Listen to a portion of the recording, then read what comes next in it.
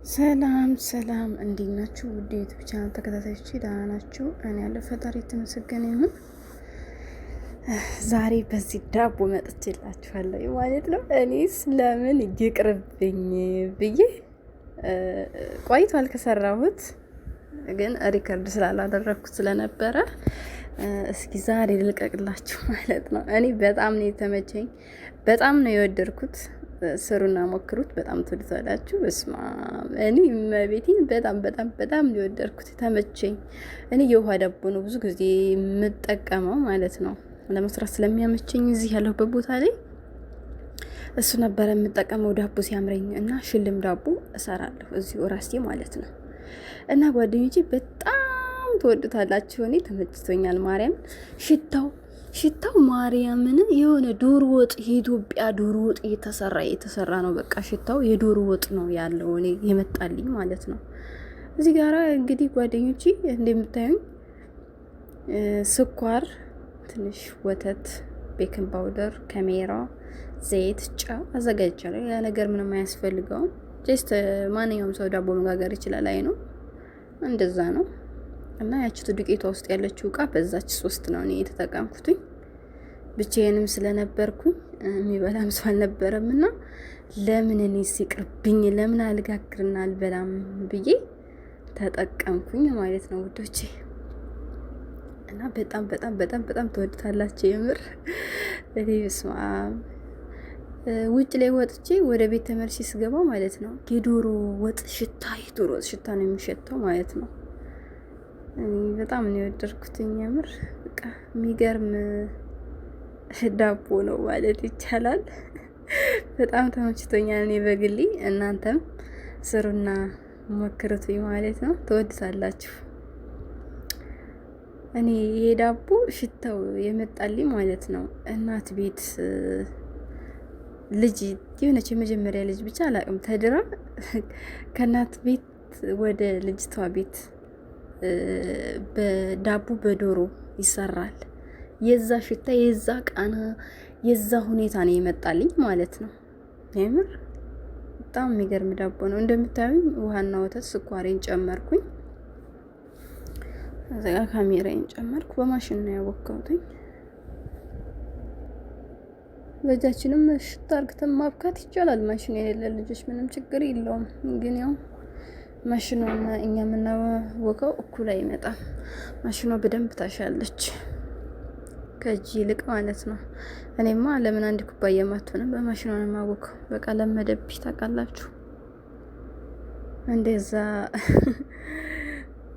አንድ ባሊ 2 ባሊ የጤፍ ዱቄት አሽተን በእጃችን አፍክተን እንዳላስቀመጥን አይ አረባገ እና ያው ዘይቴን አረኩኝ ውዶቼ።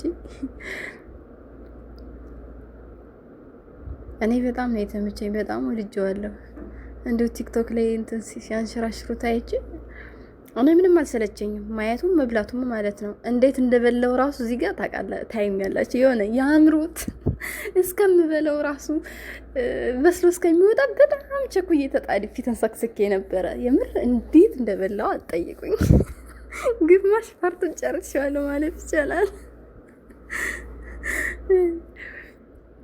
ጉድ ያለው ዳቦ ነው። እኔ ስለምን ይቅርብኝ ብዬ ሰራሁትኝ። አይኖ ሁላችንም ዳቦ መጋገር እንችላለን። እኛ ኢትዮጵያኖች ሲጀመር የሀበሻ ሴት ለሙያ ትታማ እና እንደዚህ ዱቄት እንፍት አደረኩት። ምንም ነገር ስሰራ ዱቄት መንፋት ያስደስተኛል ማለት ነው። ቢኮዝ ኢትዮጵያም ጤፍ ዱቄትም ሆነ ስንዴ ዱቄት ለዳቦ እኔ በነገራችን ላይ 2 ነበር የምናወቀው፣ ስንዴም ጤፍም ነበር የምናወቀው ቤቴስ እናቴ ጋር በምኖር ሰዓት ማለት ነው። የጤፉንም የስንዴውንም ነፍቼ ነው የማወቀው። እዚህ ሀገርም ስመጣ ያው ነፍቼ ነው የማወቀው። እና የኔ ዱቄት ውሃ ያነሳል። ተጨማሪ ይሄን የምታዩትን ውሃ ጨምሬበታለሁኝ። ውሃ በጣም ያነሳል። የሆነ ሮመዳን ሊያልቅ ግማሽ አካባቢ ነበር ይሄ ዱቄት የመጣው ማለት ነው። የመጀመሪያው እንደዚህ ውሃ ያነሳም፣ ይሄ ግን በጣም ውሃ ያነሳል። እኔ 2 ኩባያ ጨምሬበታለሁ ማለት ትችላለሁ። ትንሽዬ ነው ያስቀራሁላት ከሁለተኛው ኩባያ ላይ ማለት ነው። በዛ ላይ ደግሞ የዳቦ ሊጥ በተለይ እንደዚህ ተለቅ ላለ ድፎ ዳቦ ለምንጋግር ሰዎች ሊጡ ላላ ያለ ቢሆን በጣም ይመረጣል። በዛ ላይ ደግሞ እንትን ብትሉት ጊዜ ብትሰጡት ኩፍ ብሎ በራሱ ሰዓት እንዲወጣለት ማለት ነው። እዛ እንደዚህ ሽታ አረኳትኝና እንደዚህ አርጌ አስቀመጥኩት በዘይት ማለት ነው። ትንሽ የዘይት እጄን አስነክቼ እንደምታዩት ትንሽ ነው ያረኩት፣ ብዙ አይደለም እጄ ላይ። እንደዚህ አረኩኝና ይሄን ክድና አርጌ አቆየሁት ማለት ነው። እኔ ስራ እየሰራሁ ስለነበረ አቆይቼዋለሁ። 1 ሰዓት 25 ደቂቃ ምናምን ላይ ነው መጋገር የጀመርኩት ማለት ነው። ስራ እየሰራሁ ነበር፣ ሌላ ስራ። እንደ አጋጣሚ ማለት ነው እቤት ብቻዬን ስለነበርኩ ቤቴን በደንብ አርጌ አርጌ አጸዳሁት። የዚህን ቀን ማለት ነው ብቻዬን ነበርኩና ይሄ ኩፍ አለ እንደዚህ ማለት ነው። እዚህ ጋር አስተነፍሰዋለሁኝ። ሊጡን አስተንፍሳችሁ እንደዚህ በፓትራችሁ ላይ ካረጋችሁት በኋላ ፓትራችሁም ላይ ለተወሰነ ለ30 ደቂቃ ለ25 ደቂቃ ሊጣችሁን ብታስቀምጡት መጋግሩበት እቃችሁ ላይ ማለት ነው ኩፍ ይላል እና ኦቨን ውስጥ አስገብታችሁ በምትጋግሩት ሰዓት ማለት ነው በቃ ዳቦ እኔ ምን ልበላችሁ በጣም የሚገርም ዳቦ ነው የሚሆንላችሁ ማለት ውስጡ ፍትፍት ያለ እና ደግሞ እንደዚህ መጀመሪያ ላይ ስታቦኩት እንደዚህ ለማሸግ ወይም ለመሸፈን በምትዘጋጁበት ሰዓት ፍርኖ ዱቄት እንዲንስንስ አርግታችሁ አሸት ብታረጉት ውስጡ ስትበሉት ማለት ነው ክፍት ያለ የሆነ ውስጡ ነጭ እንዴት ነው ፍርክስክስ ያለ ብቻ ደስ የሚል ነገር አለው። አዛ ሊጤ እንደዚህ እንደምታዩት እንደዚህ አረኩኝ።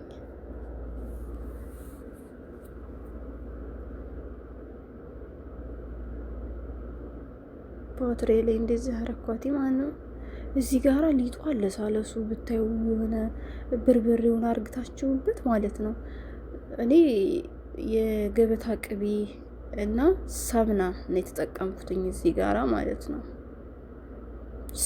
ሰምና በጣም የሚገርም ሰምና ነው። የህንዶች ሰምና አለ እሱ ቅቤ ማለት ነው። ልክ እንደኛ ሀገር ቅቤ ካላችሁ የኛ ሀገር ቅቤ ይመረጣል። ሊጡ ልስላሴው ብታዩ ውጡ አይልም። እዚህ በርበሬውን ከጨመራችሁት ወይም በኋላ ማለት ነው። ከዛ እንደዚህ ስምሰማችሁን ወይም ሰሊጥ ይባላል በእኛ ሀገር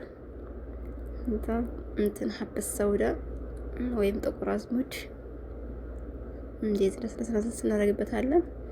ሮዝመሪ ፍሬሽ ካላችሁ መጠቀም ትችላላችሁ፣ ከሌላችሁ ያው እኔ ደረቁን ያለ ደረቁን ዝም ብዬ አረኩበት ማለት ነው።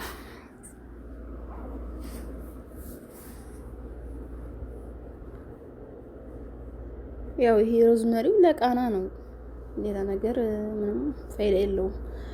ይሄ ሀበሳው ደነፍ እንትን ስምሰሚው ግን ያው አረብ ሀገር ያለ ልጆች ለምንም ነገር እንጠቀመዋለን ታውቃላችሁ። ወይኔ ሽቶ ብታዩ በስመ አብ ወመንፈስ ቅዱስ በስሎ እስከሚወጣ ማርያምን እኔ በጣም የተጣደፍኩት። እዛ እንደዚህ ኩፍ አለልኝ። እዚህ ጋር ፓትሬ ላይ ካረኩ በኋላ በቆይቻለሁ 30 ደቂቃ። እዛ ኦቨን ውስጥ አስገባሁት። ይሄም እንደምታዩት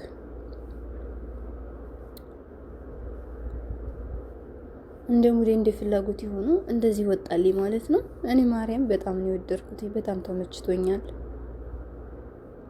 ዘውሪያውን ትኩስ እንደዚህ በላስቲክ ሽፍና አድርጌ ያቆየው። ሽፍና አድርጌ ካቆየው በኋላ እዩልኝ እንዴት እንደሚያምር ጃሚል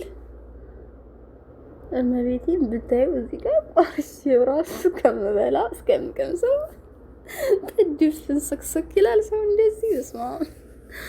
እና ደግሞ ስራ እየሰራሁም ስለነበረ እጄ ተባረክ ብዬ እጄን ሳማረኳት ቢኮዝ እና እንደዛ ነው። እና ምንም ምግብ ነገር አልበላሁም ነበረ ደግሞ ማለት ነው። ከዛ እመቤቴን ያልበሻችሁ እጄ ላይ ያስኩትን ጨርሼ በልቻለሁ። እንደው እኔ እስከምበላ ብታዩ በቃ እስከምቀምሰውን ስክስክ ነበር ያልኩት። በስመ አብ ሰው እንደዚህ ይሆናል? ወይኔ እንዴት እንደሚጣፍጥ ማርያምን። ይሄን ሳሰሩ ሳቀምሱ እንዳያልፋችሁ በተቻላችሁ መጠን በቃ አምሮት ነው የሚያስወጣው ማለት ነው። የበርበሬው ቃና ምናምን ኢትዮጵያ ያላችሁ የሆነ ቤት ውስጥ በቃ የሆነ ድግስ ዶሮ ወጥ ምናምን ተሰርቶ ድል ያለ የሆነ ድግስ ያለ አይነት ስሜት ነው የሚሰማችሁ ብታየው። ማርያምን ስማኒ እኔ ተመችቶኛል፣ አልሰለቸኝም። ብዙ ልጆች በተለያየ ቦታ ይቻችኋለሁ፣ ሰለቸኝ፣ አስጠላይ፣ ገለመሌ ምናምን ትላላችሁ። ይሄ ስራ ማትወዱ እና ኸስዬ ይባላል በአረበኛ፣ ስራ የማይወድ ወይም ደግሞ ሙያ የሌለው ሰው ነው ብዬ ነው የማስበው፣ መስራት የማይፈልግ ሰው። እኔ ደግሞ ሙያ የሚያስተምረው ሰው ውስጤ ነው። ባይ ባይ። አመሰግናችኋለሁ። ላይክ፣ ኮሜንት፣ ሰብስክራይብ አድርጉ።